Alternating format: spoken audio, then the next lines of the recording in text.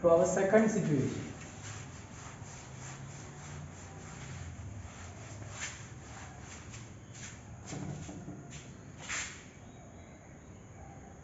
The second situation, we consider the center of curvature here, the focus here. The second situation, the object is beyond C, right? Just after the C, right? If C is 50 centimeter, right? Then this is 55, 60, 70, 75 centimeters, right? Just after the C, right?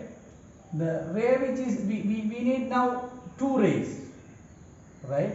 From the rays, the numerous infinite number of rays which is going from the head of this object. We'll consider the head of this object and we'll take only two rays which we know, right, how it going to behave after the reflection in the plane mirror, in the concave mirror, right? We need three rays. We know, right, about three rays, how it's going to react after the reflection.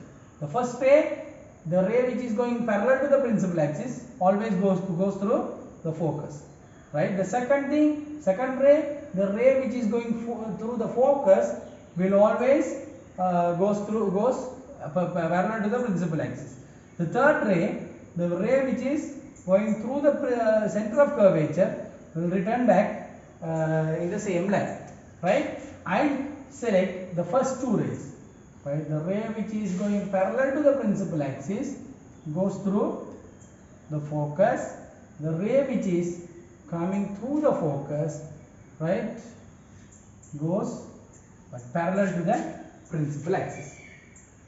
Now the image is going to be formed somewhere here,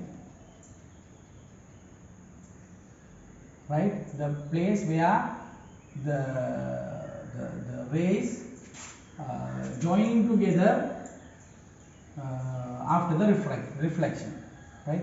If you keep a screen here, you can obtain this image, the image of this object at this point, right? Now we can consider the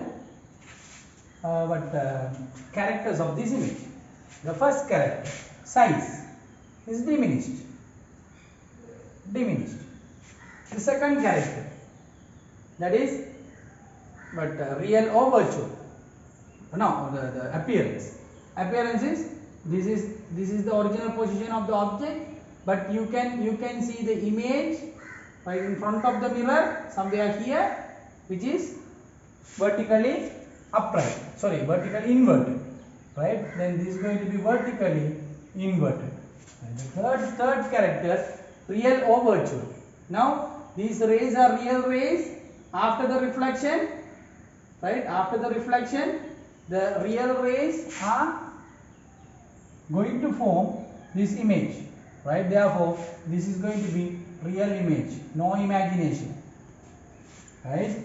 The fourth character is where we are obtaining the image, right? Where we are obtaining this, in between C and F, in between C and F, the focus, center of curvature and the focus. Right? These are the characters of the image which is formed when we keep the object beyond C. Right? Now we'll think about the third ray diagram. The third ray diagram.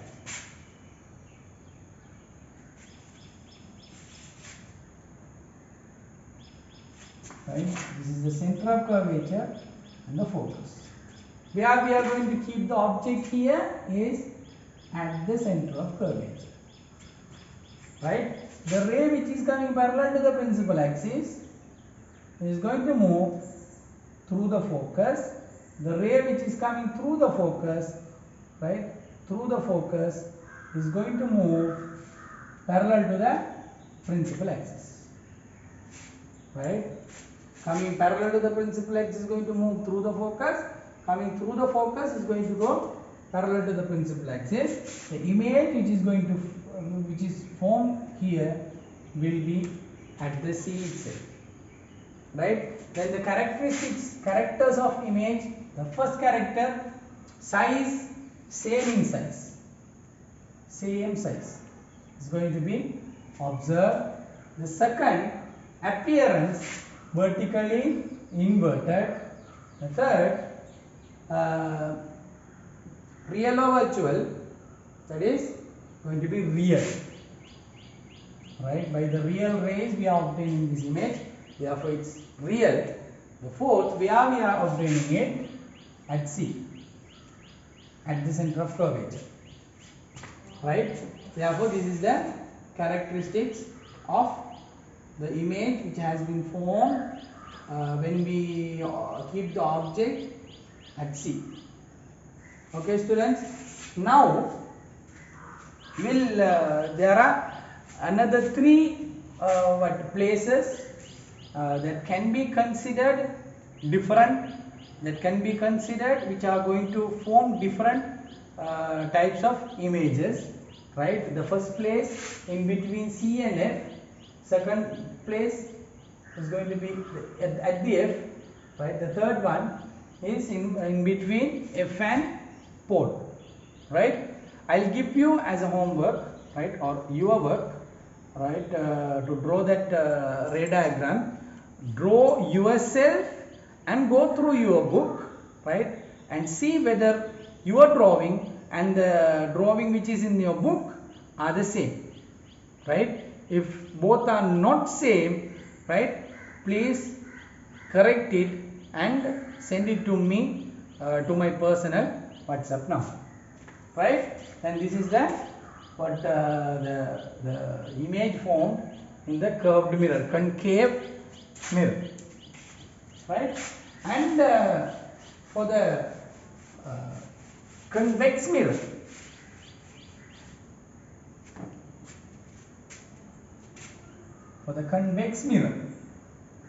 we consider the ray diagram in the convex mirror. This is going to be always, right, going to show you only a single type of image formation, right? Center of curvature here, we have a field, right? You are going to keep the object here to obtain the image. Therefore, right, no focus here, no center of curvature here, then no different places.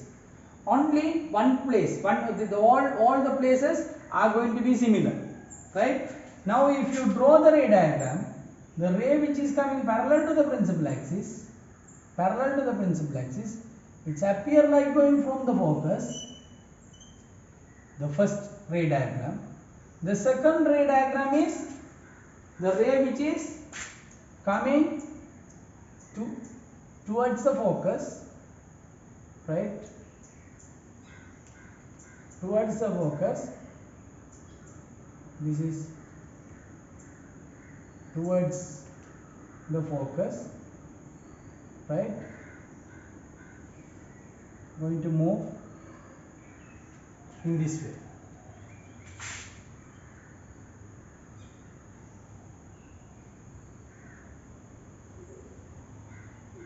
Okay. Now think about the reflected rays. This reflected ray is going in this way. This reflected ray is going in this way. These two rays are going like this, right? Therefore, these two are not going to meet at this side. Now we are going to consider, we are going to image, right? We can join these two lines, not in that side, right, but in this side, right? Then we can consider an image somewhere here, which can be seen through the mirror, right, which cannot be get in the screen, because we can't keep the screen behind the mirror. At the same time, no real rays are coming here, right? Then the characteristics of the image which is formed here, the first character, size, always diminished. The second character, right, the appearance, vertically upright, right. The third character, real or virtual, that is going to be virtual image, right, because we can't get this in the screen, we can see through the mirror itself. The fourth character, where we are getting it in between pole and focus, right. This is the image formed in the convex mirror.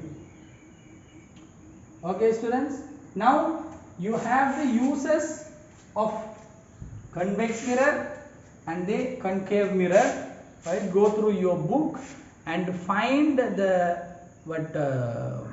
uses of those two mirrors and write it and send it to me.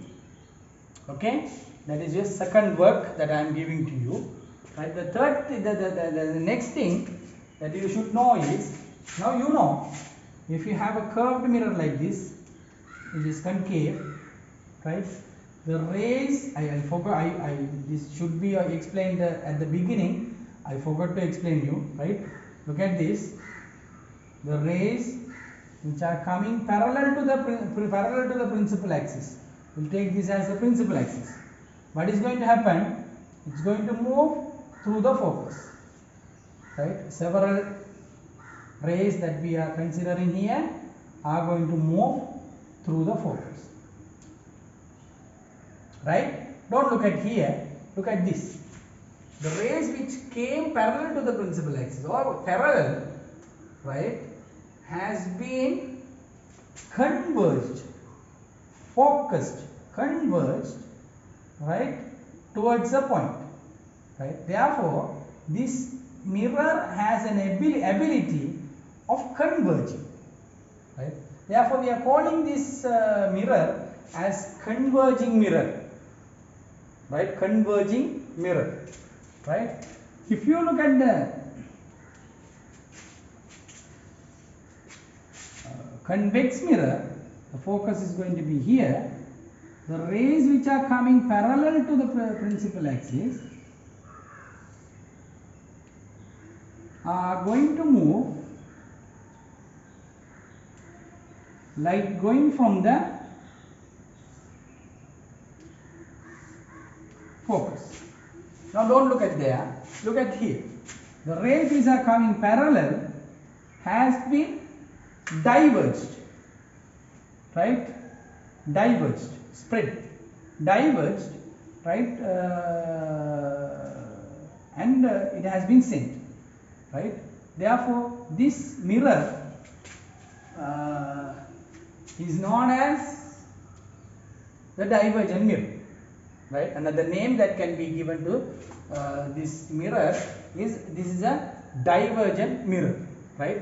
This is converging mirror, this is diverging mirror, right. Another name, right. This name can be seen in the past paper, in the MCQ they will give you in the answer, not giving the convex mirror, right. They will tell you the diverging mirror, right? Then you should know they are talking about the convex mirror, right.